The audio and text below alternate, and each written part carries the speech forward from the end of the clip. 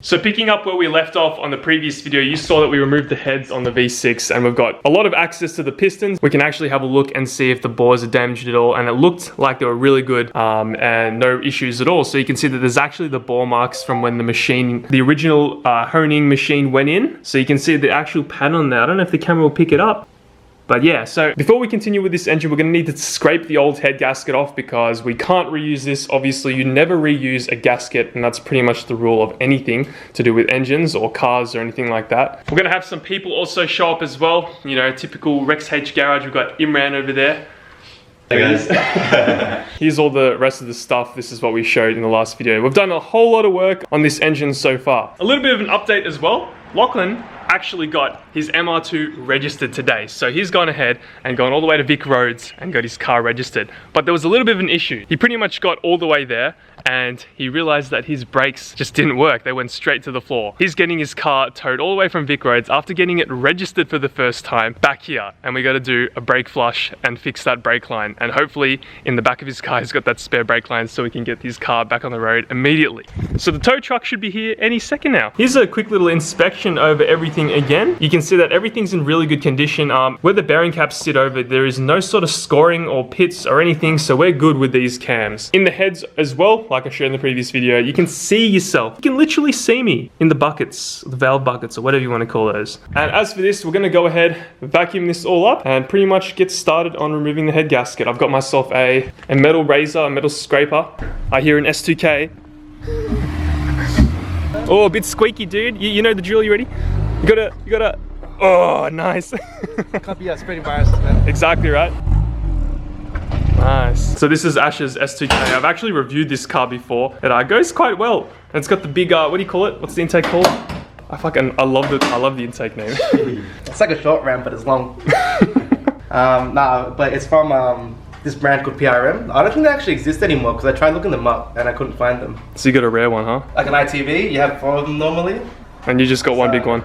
Imagine having just a regular throttle body, putting a trumpet on the end. So nice.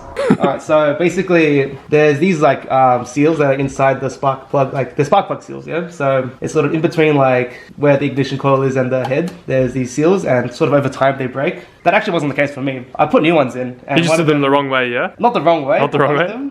Like I didn't put it in properly, so it's been actually leaking oil in. Oh no, it's gonna be covered in oil, isn't it? Yeah. The spark plug, yeah.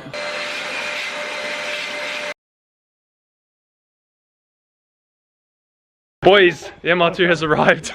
It is over here. Woo! She's back. Taking the delivery of my Benki MR2. Hell yeah, brother. So imagine this, guys. He got the car registered today, all right? Literally a couple hours ago, and he's getting it towed home right now. Doesn't make any sense. Yeah. This is actually hilarious. I've seen this car on a tow truck at least 5 times now. It's funny as. Look at this man. Dude, this is like the 5th time. 5th time on the tow truck. It was my fault though this time. My bad. Yeah.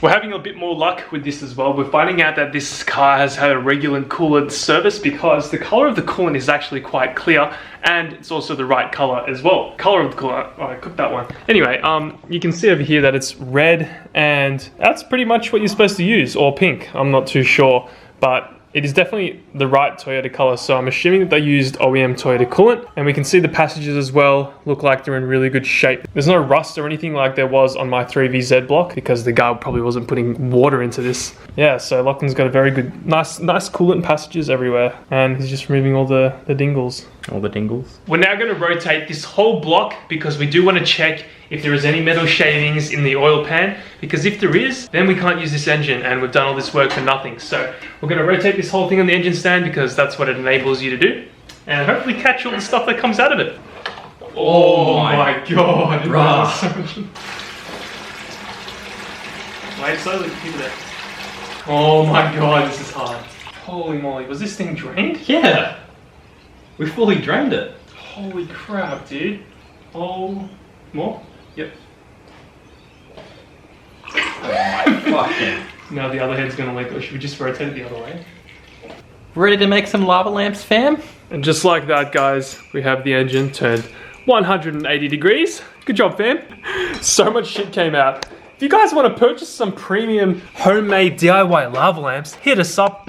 Got some black oil and coolant mixed one here. Got some nice reds in there. We have a milky, oh look at that. You see it just kind of like disappears as you tilt it back and forward. You got some milk, you got some red pink coolant, you got some oil. This is probably the one that's gonna sell for the most, I reckon. Yeah, it's a one of one. One of one, dude. And then we have the Toyota bottles, the Brighton Toyota bottles. Look at that. It's a collaboration with Brighton Toyota. Collaboration. Collaboration. Rex HX Brighton Toyota. And now we're going to remove the oil pan.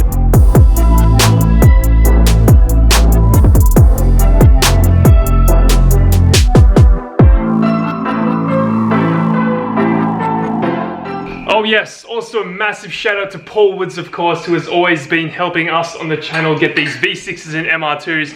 If you guys don't already know who Paul Woods is, he is pretty much the person that did my swap from in another countries. Paul is located in the UK. He has a website, woodsport.org. I need you guys all to go check out that website if you're going to be doing any sort of MR2 swap, because he does all sorts of kits for many different vehicles and many different engines. So make sure you check out woodsport.org. What is it? Is that? It's not grit, is it? It's just probably sludge. That's not oil, not metal chunks, is it?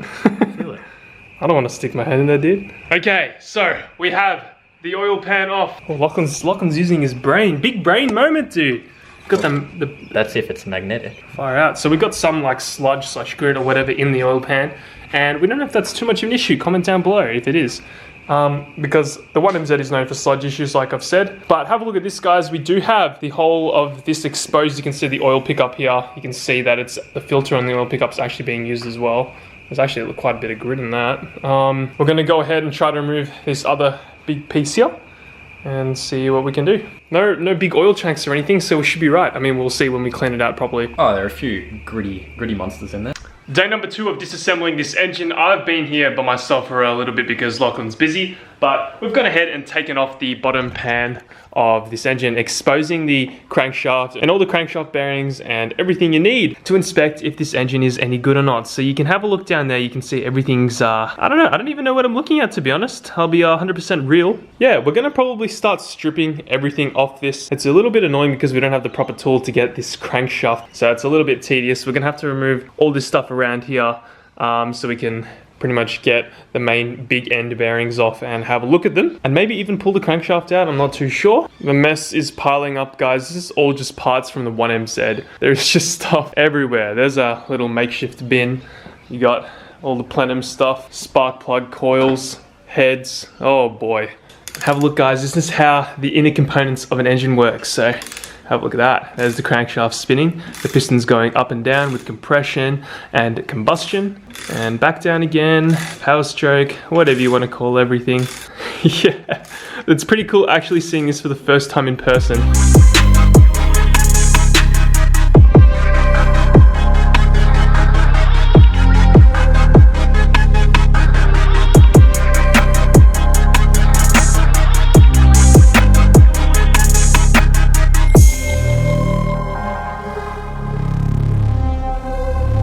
Nice hoodie, where'd you get it? Alright, so we've removed the first bearing cap of the piston. Wait, where are you going? She's just walking away. Yeah, and I'm getting Chloe here to help me push the piston down so I can grab it from the bottom. Yes. Oh, keep going, keep going. I can't. You can't?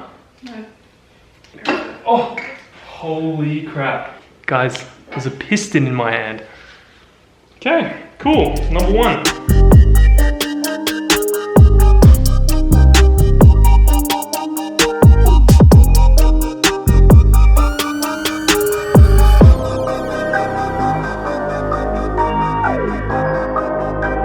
we have 4 of the 6 pistons out. We're gonna remove the last 2 and I'm gonna show you how to do this. I've got my lovely apprentice here. You wanna put your face in? Not really. Oh, okay, well she's here.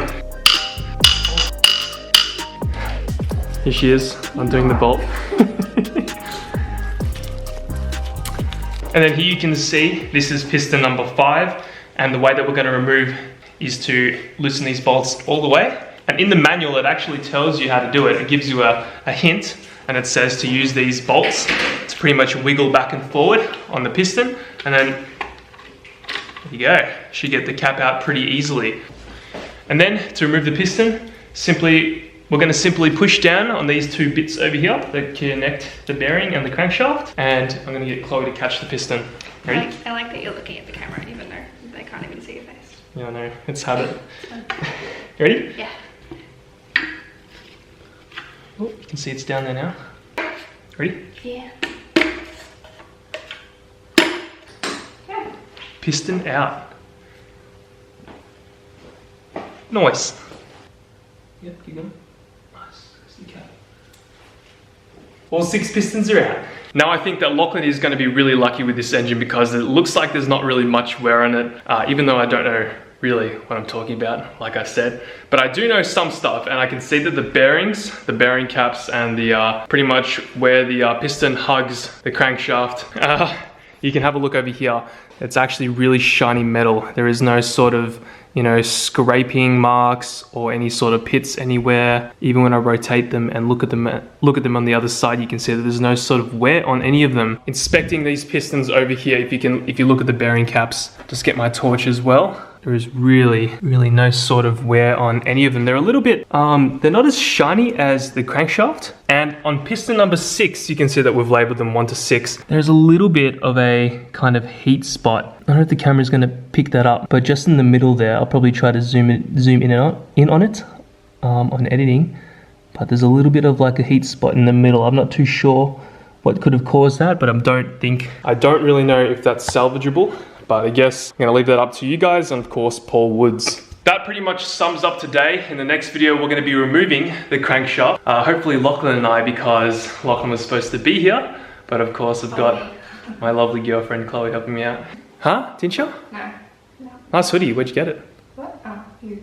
Big main bearing caps, you can see there's 1, 2, 3, and 4 holding in the crankshaft, because we do need to remove all the assembly over here. We need to take this what is it called? The balancer pulley, crankshaft pulley, whatever you want to call it. We need to take that off and we don't have the right tools for that. So yeah, we'll be doing that in the next video. Anyway guys, thank you so much for watching the video and I'll catch you in the next one.